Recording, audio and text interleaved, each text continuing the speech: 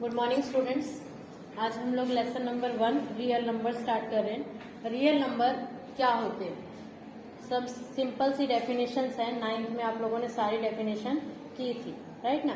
तो real number क्या होते हैं, दुनिया में जितने भी नंबर हैं, चाहे वो रेशनल हैं, इरेशनल हैं, कंपोजिट हैं, प्राइम नंबर हैं, या फिर ऑड नंबर हैं, या इवन नंबर हैं, नेचुरल नंबर हैं, होल नंबर हैं, सबके सब, तो सारे के सारे हमारे वो क्या होते हैं, रियल नंबर्स होते हैं। तो रियल नंबर में हम पढ़ेंगे क्या, यहाँ पर रैशनल, इरेशनल, फिर एक टर्म नहीं आई है, यूक्लिड्स डिवीजन लेमा, सिर्फ नाम ही नया है।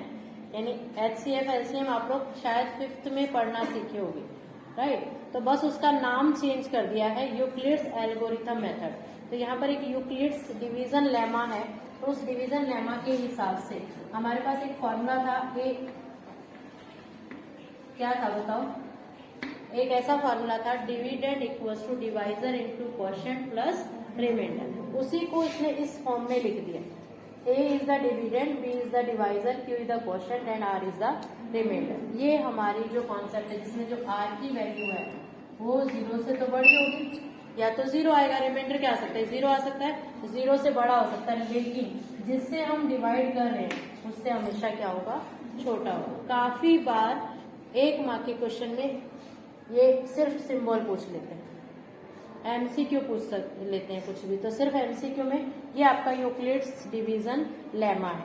यानी आपको अगर डिवाइड करना है, मान लो आपको 125 को डिवाइड करना है 80 से, ठीक है, तो जो बड़ा नंबर है वो हमारा A होगा, जो छोटा नंबर है वो हमारा B होगा। और जब डिवाइड करेंगे तो जैसे 125 को मैंने डिवाइड किया 80 से, तो 80 1 जा 80, राइट ना। और जब रिमाइंडर कितना बचा हमारा 45, क्लियर। तो इसको हम लिखेंगे कैसे इस फॉर्म में, इस फॉर्म में लिखने के लिए हम A की जगह 125 लिखे, B हमारा क्या था 80 इंटू Q हमारा क्या है क्वोशिएंट, क्वोशिएंट किससे गया 1 से, प्लस रिमाइंडर, रिमाइंडर कितना बचा आपका 45, क्लियर। उसको इस फॉर्म में लिखना आपका क्या कहलाता है, यूक्लिड्स डिवीजन लेमा बोलते हैं इसको, राइट, यूक्लिड्स डिवीजन लेमा। इसी के बेस के ऊपर हमारा HCF निकालने का मेथड है, जिसको हम बोलते हैं यूक्लिड्स एल्गोरिथम मेथड। HCF क्या होता है, हाईएस्ट कॉमन फैक्टर, इसको हम GCD भी बोलते हैं, HCF, और इसी को हम बोलते हैं GCD। दोनों का मीनिंग सेम है, दोनों एक ही है, highest common factor, greatest common divisor, एक ही वर्ड, क्लियर। तो दोनों को हम किसी भी नाम से जानते हैं। पुरानी बुक में GCD लिखा रहता था, अभी शायद ये वाली CBSE वाली बुक में HCF। तो बोर्ड में अगर कुछ भी लिखा आएगा तो आपको कंफ्यूज नहीं होना, राइट। HCF निकालने के ना 2 मेथड है, फर्स्ट है Euclid's algorithm method, Euclid's algorithm method, और दूसरा है फंडामेंटल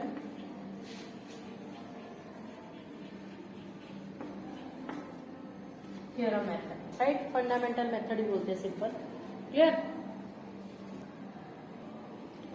तो ये 2 मेथड है, जिसमें से हम पहले यूक्लिड्स एल्गोरिथम मेथड करेंगे, ओके, राइट। तो वहां पर मेंशन होके आएगा, find the value of, find HCF by using Euclid's algorithm method. पहले HCF ही हम लोग निकालना सीखेंगे, या फिर फंडामेंटल मेथड। और अगर कुछ भी लिखा नहीं आया तो आप लोगों को जो मन करे वो आप लगा सकते, ठीक है। तो उसमें लगाएंगे कैसे, आपके पास नंबर्स हैं, जैसे कि मैं एक्सरसाइज का ही फर्स्ट सम ले रही हूँ, फर्स्ट में 3 है आपके, फर्स्ट ही लेते हैं। दिया है 135 और 225, आपको बोलेगा HCF, ऐसे लिख के देगा, HCF of this equals to dash, ऐसा भी आ सकता है, 1 मार्क में पूछ सकते हैं, इसमें कुछ बड़ा नंबर ऐसा है। तो आपको क्या करना है, सबसे पहले हमें एक डिवीजन करना है, इसमें इधर रफ वर्क करेंगे, हम बाजू बाजू में ही करेंगे, रफ, बिल्कुल रफ में नहीं करेंगे, ये फेयर ही रफ, राइट।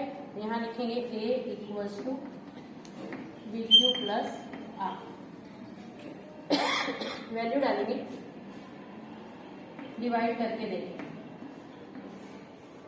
135, आपको बताया जो बड़ा नंबर है वो हमारा ए और जो छोटा नंबर है वो बी। यहाँ पे लिखना चालू करेंगे 225 इक्वल्स टू 135 इंटू, अब किससे जाएगा, वन जा ही जाएगा, 1 जा 135, रिमाइंडर कितना बचा 0 9, राइट। तो यहाँ पे क्या लिखेंगे 1 प्लस 9, क्लियर है इतना। अब उसके बाद जो रिमाइंडर बचा वो हमारा बाहर आएगा और जो हम जिससे डिवाइड कर रहे थे वो हमारा कहाँ आएगा, क्लियर। यानी क्या हुआ, इधर वाली टर्म इधर आ गई 135, ये वाली टर्म यहाँ आ गई 90 इंटू, अब किससे जाएगा 1 जा ही जाएगा 90, 5 4, राइट। क्या है 1 प्लस 45, वापिस से ये बाहर और जिससे डिवाइड कर रहे थे वो 45 2 जा 9, और ये प्रोसेस तब तक चलता रहेगा जब तक आपका रिमाइंडर 0 नहीं हो जाए, क्लियर। वापस 90 45 into 2 plus 0, so HCF equals to किस नंबर से डिवाइड करने के बाद हमारा आंसर 0 आया, तो वो क्या है हमारा 45, आंसर क्या आ जाएगा आपका HC, क्लियर हुआ। यहाँ से HCF निकल गया, राइट। एक रिलेशन है हमारा HCF और LCM और दो टर्म्स का, उसमें अगर आपको इसी में HCF और LCM दोनों फाइंड आउट करना है तो आपके पास हम लोग ऐसे लिखते हैं HCF, यहाँ पे लिखते हैं AB मतलब दोनों में कोई भी एक टर्म A है और एक टर्म B है। अब हमें नहीं पता ना कहाँ छोटी और कहाँ बड़ी, ओके, हम सिर्फ AB लिखते हैं। दूसरे को क्या लिखेंगे LCM, ये दो टर्म के लिए ही है AB, और A और B जो है वो दो टर्म्स हैं where A is greater than B, A को हम क्या ले रहे हैं B से बड़ा, क्लियर। तो इसमें आपका फॉर्मूला है product of the terms A into B equals to HCF of AB into LCM of A। ये एक रिलेशन है, इस रिलेशन को वो काफी बार ऐसा देते हैं, आपको दो पॉइंट दे दिया, कुछ और दे दिया, इनमें से कोई भी चीज दे दी, बोलेंगे bye using the relation find HCF।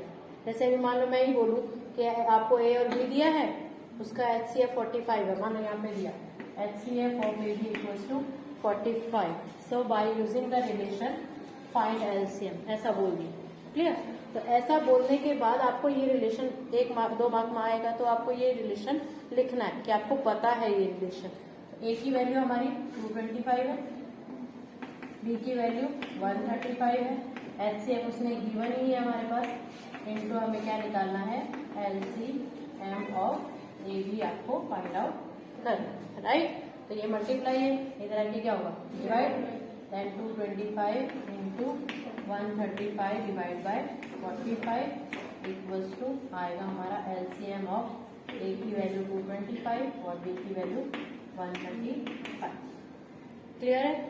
अब इसको कटिंग कर दो, आपको आ जाएगा आंसर 45 से चला ही जाएगा डायरेक्ट, 5 5 जा 25, 5 4 जा 20, किससे जाएगा 5 से कर दूं, 5 9 जा 5 2 जा 10, 9 3 जा मल्टीप्लाई कर दो, 3 5 जा 15, 3 2 जा 6 और 1 7, 3 2 जा 6, यानी आपका LCM जो है वो क्या आएगा 225 और 135 का LCM कितना आ जाएगा आपका 625। और LCM क्या होता है लीस्ट कॉमन मल्टीपल, इसकी फुल फॉर्म याद रखो, LCM की है लीस्ट कॉमन मल्टीपल, क्लियर। इसमें से आप लोगों को क्वेश्चन नंबर 1 और क्वेश्चन नंबर 3 करना है। अब हम इसको दूसरे मेथड से करेंगे, fundamental theorem of arithmetic, right. अब इसी को हम लोग करेंगे फंडामेंटल थ्योरम ऑफ अरिथमेटिक, लेकिन फंडामेंटल थ्योरम ऑफ अरिथमेटिक करने से पहले आप लोगों को प्राइम फैक्टराइजेशन आना चाहिए, और प्राइम फैक्टराइजेशन से के लिए आपको पता होना चाहिए कि प्राइम नंबर क्या होते हैं। प्राइम नंबर वो होते हैं जो खुद के टेबल में आते हैं और 1 के टेबल में आते हैं, यानी having 2 factors 1 and the number itself is known as prime number. Okay, तो कोई भी नंबर आपको उसका प्राइम फैक्टर निकालना है, मान लो कितना, कोई भी एक नंबर लो, मान लो 3825, इसका अगर प्राइम फैक्टर्स निकालना है तो आपको क्या करना पड़ेगा, ऐसे, इसको हम जब छोटे थे तो एलसीएम ही बोला करते थे, है ना, एलसीएम निकालना पड़ेगा। एक्चुअल में ये प्राइम फैक्टराइजेशन है, तो आपको इसके लिए डिविजिबिलिटी टेस्ट पता होना चाहिए, किससे जाएगा, 5 से जाएगा। जैसे 5 7 जा 35, 3 5 6 जा 30, 5 5 जा 25, फिर 5 से जाएगा 5 1 जा 5, 5 5 जा 5 3 जा, और किसी से जाएगा 153 किसके टेबल में जाता है, 3 से जाएगा।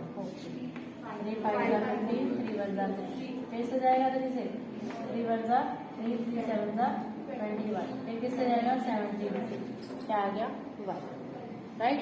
जब इसको लिखेंगे तो प्राइम फैक्टराइजेशन क्या आएगा हमारे 3825, इसके जो प्राइम फैक्टराइजेशन है वो आएगा, हम ऑर्डर वाइज लिख देते हैं, 3 × 3 × 5 × 5 × 70, 1 लिखना है तो लिखो, नहीं लिखना है तो ना। क्लियर, ये है हमारा प्राइम फैक्टराइजेशन जो सबको आता है, राइट, सिर्फ पता नहीं है कि इसको हम लोग प्राइम फैक्टराइजेशन बोलते हैं। ओके, अब एचसीएफ और एलसीएम इस मेथड से भी निकाल सकते हैं, इसको बोलते हैं हम फंडामेंटल थ्योरम ऑफ अर्थमेटिक। इसके अंदर कैसे, आपके पास दो नंबर रहेंगे, जैसे दो नंबर है, एक है 26 और एक है 91। फाइंड, आपको इन दोनों नंबर से क्या निकालना है, एचसीएफ निकालना है और एलसीएम निकालना है।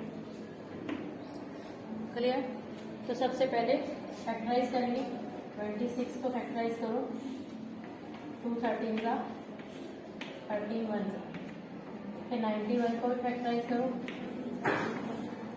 7 से जाएगा, फिर जाएगा किससे, 13 1, राइट। फिर फैक्टर्स लिखेंगे, 26 = 2 × 13 × 1, फिर 91 को लिखेंगे 7 × 13 × 1। एचसीएफ हाईएस्ट कॉमन फैक्टर, तो इन दोनों का कॉमन फैक्टर क्या है हमारा 30, तो इसका एलसीएम कितना आ जाएगा 30, राइट। एलसीएम निकालने के लिए क्या करते हैं, एलसीएम नॉर्मली तो हम उस फॉर्मूले से निकाल सकते हैं, लेकिन यहाँ 2 ही नंबर है तो वो फॉर्मूला एप्लीकेबल है, लेकिन 3 नंबर है ना तो फॉर्मूला जो है ना थोड़ा कॉम्प्लिकेटेड है।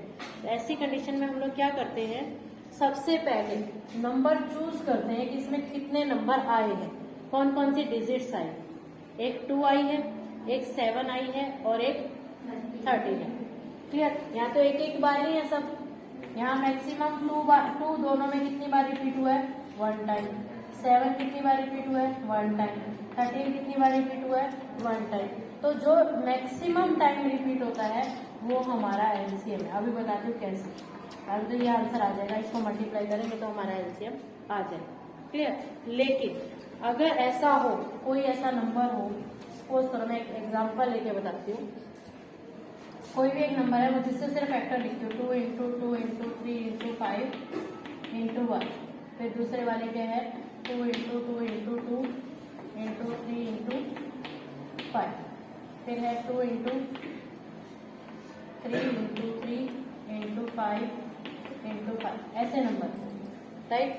अब इसका एचसीएफ तो तुम निकाल दोगे, एचसीएफ मैंने बताया जो तीनों में फैक्टर हो, तीनों में एक 2 आया है, यस, फिर एक 3 आया है तीनों में और एक 5 आया, बस ना, और कोई चीज तो रिपीट नहीं हुई है।